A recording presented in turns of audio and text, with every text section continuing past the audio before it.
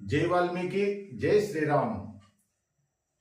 వాల్మీకి సంఘం ఆంధ్రప్రదేశ్ రాష్ట్ర core committee సభ్యుల ద్వారా నియమితులైనటువంటి గ్రామ, మండల, నియోజకవర్గ, జిల్లాల అధ్యక్షులందరికీ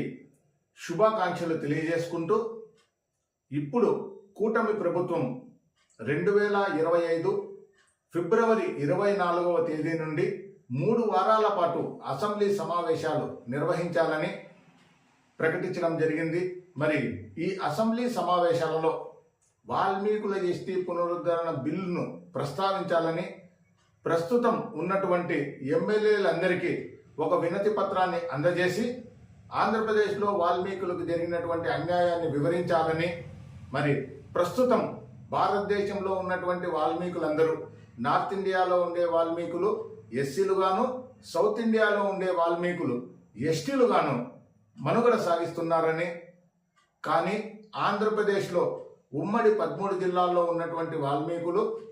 5 జిల్లాల్లో ఉన్నటువంటి వాల్మీకులు నేటికి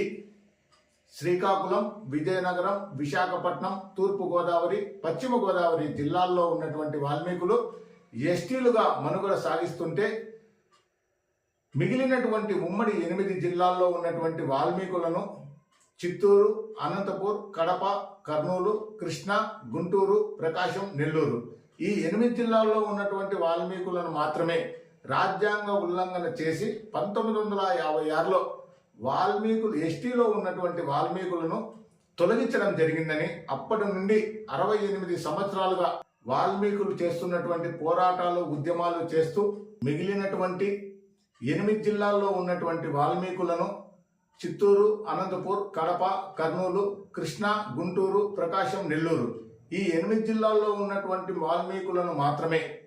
రాజ్యాంగ ఉల్లంఘన చేసి 1956లో ఎస్టీ రిజర్వేషన్లో ఉన్నటువంటి వాల్మీకులను తొలగించడం జరిగిందని, అప్పటి నుండి ఈ ఉమ్మడి 8 జిల్లాల్లో ఉండే వాల్మీకులను ఎస్టీలో కలపాలని, ఎస్టీ రిజర్వేషన్ తిరిగి పొందాలని, వాల్మీకుల ఎస్టీ పునరుద్ధరణ జరగాలని అనేక పోరాటాలు, ఉద్యమాలు చేస్తూ ప్రభుత్వాల మీద ఒత్తిడి తేవడంతో తెలుగుదేశం ప్రభుత్వం కమిషన్ 2017న అసెంబ్లీలో బిల్లు పెట్టి ఏకగ్రీవంగా పాస్ చేసి కేంద్ర ప్రభుత్వానికి పంపడం జరిగిందని, మరి కేంద్ర ప్రభుత్వం వారు కొన్ని సవరణలను కోరుతూ రాష్ట్ర ప్రభుత్వానికి తిరిగి పంపారని, దాని తర్వాత వచ్చినటువంటి వైసీపీ పార్టీ శామ్యూల్స్ ఆనంద్ కుమార్ ఏకసభ్య కమిషన్ వాల్మీకులను ఎస్టీలో కలపాలని 2023 అసెంబ్లీలో బిల్లు పెట్టి పాస్ చేసి కేంద్ర ప్రభుత్వానికి పంపడం జరిగింది. మరి కేంద్ర ప్రభుత్వం వారు కొన్ని సవరణలు కోరుతూ ఆంధ్రప్రదేశ్ ప్రభుత్వానికి తిరిగి వాల్మీకుల ఎస్టీ బిల్లును పంపడం జరిగిందని, ఇప్పుడు ఆంధ్రప్రదేశ్ పరిధిలో ఉన్నటువంటి వాల్మీకి ఎస్టీ పునరుద్ధరణ బిల్లును ఈ అసెంబ్లీ సమావేశాలలో చర్చించి కేంద్ర ప్రభుత్వం అడిగినటువంటి సవరణలను పూర్తిగా చేసి కేంద్ర ప్రభుత్వానికి పంపి కేంద్ర ప్రభుత్వంలో ఉన్నటువంటి పెద్దలను ఒప్పించి వాల్మీకులకు ఇచ్చినటువంటి మాటను నిలబెట్టుకోవాలని తెలుగుదేశం, వైసీపీ, జనసేన, బీజేపీ పార్టీల్లో ఉన్నటువంటి ఎమ్మెల్యేలకు కోరుకుంటూ ఒక వినతి పత్రాన్ని అందజేయాలని, నేను ఈ వినతి పత్రాన్ని వాట్సాప్ ద్వారా మీకు పంపిస్తాను. మీరు ఈ వినతి పత్రంలో కింద చివర ఇట్లు, దాని తర్వాత మీ పేరు, మీ డిజిగ్నేషన్ రాసి మీ పరిధిలో మీ ఎమ్మెల్యేలకు, వాళ్ళ ఎమ్మెల్యేలుగా ఉండండి, ఒకవేళ మినిస్టర్గా ఉంటే ఇంకా సంతోషం, వాళ్ళందరికీ కూడా ఈ వినతి పత్రాలు ఎత్తుకొని ఇచ్చి వాల్మీకులకు ఇచ్చినటువంటి మాటను ప్రతి ఒక్క పార్టీ నిలబెట్టుకోవాలని, వాల్మీకుల ఎస్టీ పునరుద్ధరణకు సహాయ సహకారాలు అందివ్వాలని ప్రతి ఒక్క ఎమ్మెల్యే కూడా కోరాలని కోరుకుంటూ, బుధవారం నుండి 19, 20, 21, 22, 23 ఈ 5 రోజుల్లో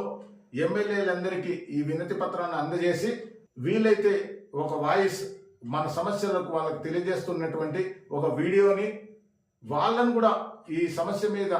స్పందించాలని, వాళ్ళు ఏమన్నా మాట్లాడితే ఆ వీడియోని తీసి, లేదంటే కనీసం వాళ్ళకు రిప్రజెంటేషన్ ఈ లెటర్ ఇస్తున్నటువంటి ఫోటో అయినా తీసి నాకు పెడితే, వాల్మీకి సంఘం ఆంధ్రప్రదేశ్ కుటుంబ సభ్యులు వాల్మీకి ఎస్టీ పునరుద్ధరణ కోసం చేస్తున్నటువంటి కార్యక్రమాలన్నింటినీ రాష్ట్రంలో ఉన్నటువంటి వాల్మీకులందరికీ తెలియజేసి గ్రామ స్థాయి నుండి ఉద్యమాలు చేయడానికి ప్రేరేపితం చేసే విధంగా మనమందరూ కృషి చేయాలని తెలియజేసుకుంటూ, ఎవరెవరు ఎప్పుడు